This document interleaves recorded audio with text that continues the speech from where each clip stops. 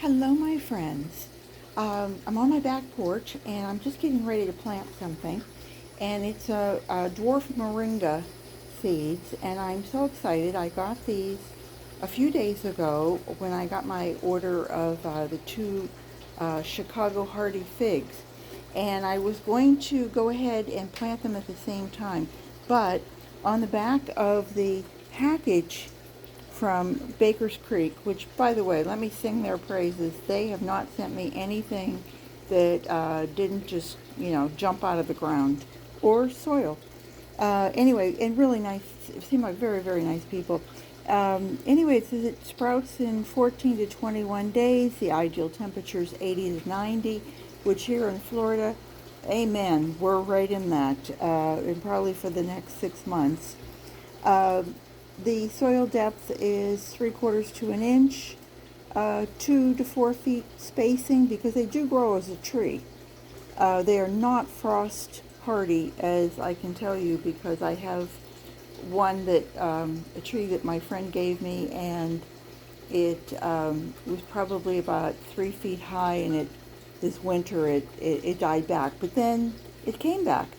So anyway, I want to read some things to you about this. It's called Moringa oleifera, and they call it the tree of life. It's also known as a drumstick tree. It's native to India. It's very high in, well, I shouldn't say it's high. It's a 211 or a 311, the leaves, in nitrogen, phosphorus, and potassium. So it really, just a great, they use it to feed animals. You can press it and make oil out of it and take it for your own health. It's the leaves are 7 times higher in vitamin C than an orange, 15 times more potassium than a banana, although I can't imagine you'd want to eat your weight in moringa leaves, but also has calcium and protein and iron in the amino acids, and those things the amino acids help your body to heal and to build muscles. You can use the leaves, you can use the flowers, you can use the seeds. However, the roots are supposed to be poisonous, so my suggestion is don't eat them. It's also good for diabetics and inflammation. I have Crohn's disease, so it's of interest to me. It's also good for bacterial, viral, fungal infections, joint pains, heart health. It says cancer. I'm waiting for them to tell me it'll go out and change the tires in my car too, but it doesn't say that anywhere. It's packed with antioxidants which protect the cells from damage and boost your immune system.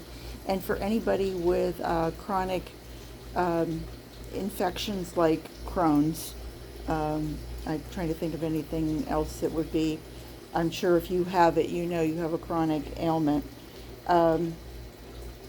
Most research so far has been done on animals, but this particular report I was reading was about 4 years old, so I would guess that people in the last 4 years have been taking this a lot more than then.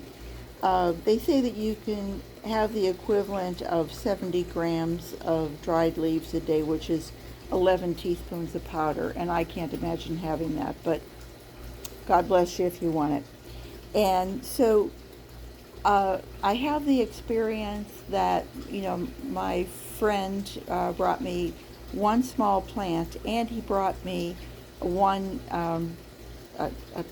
like a seed pod, and in the pod it had 2 seeds. So I planted those, and then he's brought me another one. One of them, I had one that did die. So I end up having 2 that he just brought me, one that died, one that lived, and then my other tree. And they do look great. But this is what they look like. The taste is kind of spicy, I would say. It's not unpleasant, but it has kind of a little bit of a bite to it. So anyway, the reason I didn't get these started right away was the suggestion was that you soak it in warm water for 2 to 3 days, and you keep changing the water and making it really warm. So that was what I did, but I only did it with 5 of them. Silly me! I should have done it with with half of the package. The half the package, by the way, the package was supposed to be 10 seeds, as it says down here in the information. By the way, if you ever get a chance, Baker's Creek has a really, this is a catalog you can buy one. I think they have one that's really filled with everything, and it's $10. But this, I believe they are still sending out free. I could be wrong, but I believe they are. And it has tremendous information on it. So I'm going to put that back here. And I want to show you what I'm going to use as my soil medium. And that is over here. And I'm using Miracle-Gro potting soil. I didn't have any seed starting mix, but I did add to it. It's Burpees. Let me just lay this down and show you this way. It's Burpees all natural vermiculite, and it helps to make the soil lighter and fluffier, and I think it helps with the seeds. They don't have to push as hard. And I've added, like I said, this is Miracle-Gro potting soil. There's probably, I added maybe 2 or 3 cups of vermiculite to it to make it lighter. And then I also have probably almost 2 to 3 cups of worm castings. And of course these are my worm castings, so I know they're good. So what I'm going to do is I'm just going to add that into it, give it a nice light mix, so that most of my worm castings are probably in the top of this. And I'm going to take this. This is a real cool little grouping. I'll show you later or in another video. I bought it on Amazon. It was under $20. There's 2, 4, 6, 8, 10 of these. It comes with a tray, so you can put that in there. It comes with, each one has its own dome that you can twist the little top to it and make it air flow. And it also came with 2 little tools, one like a little dibbler, small and medium, and then another with a little fork and a little shovel of sorts. So let me just do this.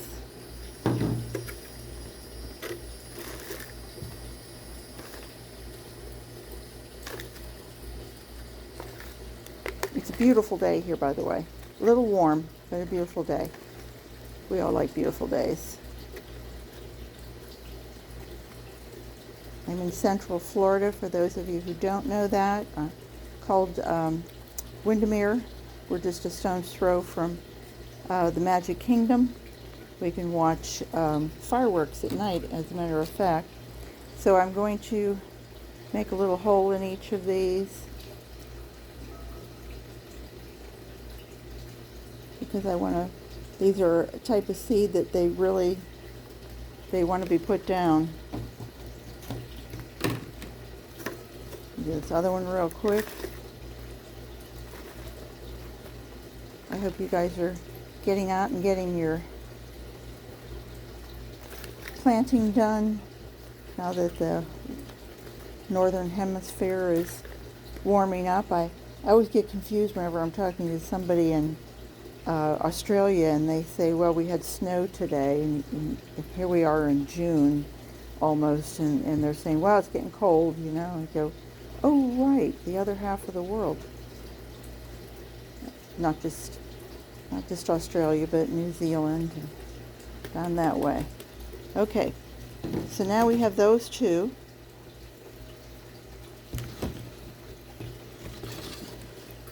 And I want to show you the difference.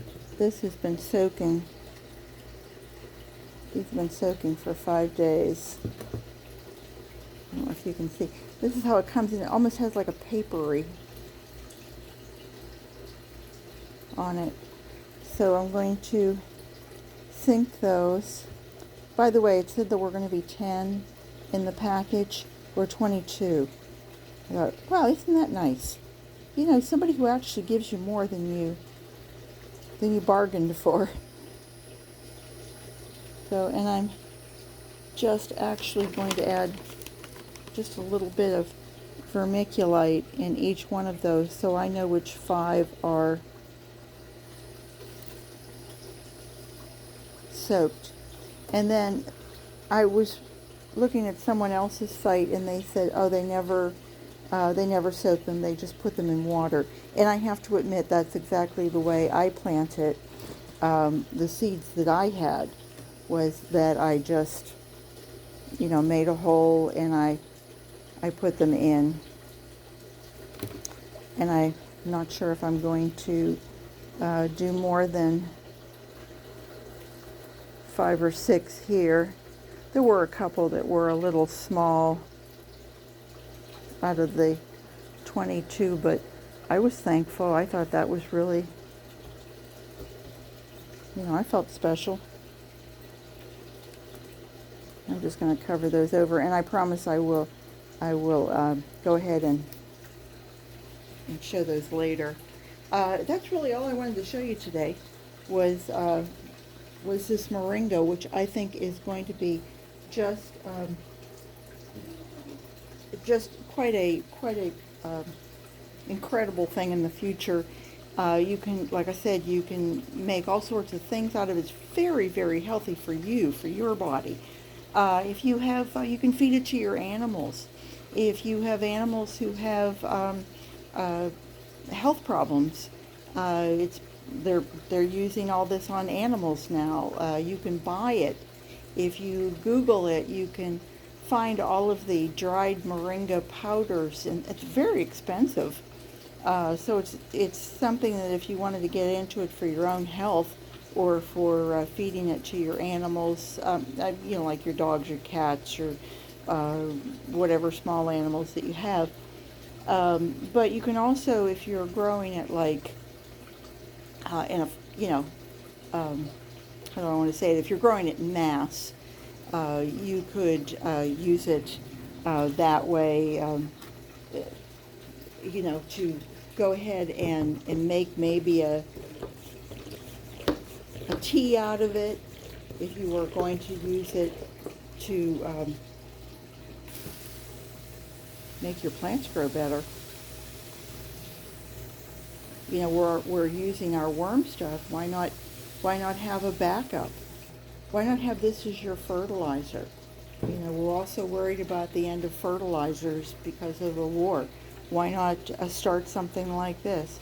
So there's so many different things to think about. Sometimes my head feels like it's going to explode because I think, well, why don't we try this? Why don't we try that? So get excited about something. I think that's what my message is today.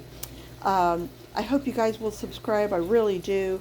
And I hope you'll come and see me again and ring the bell so I can come back and see it, because you know what? I'll be here, and I'll be here for you. So take care, everybody. Bye-bye.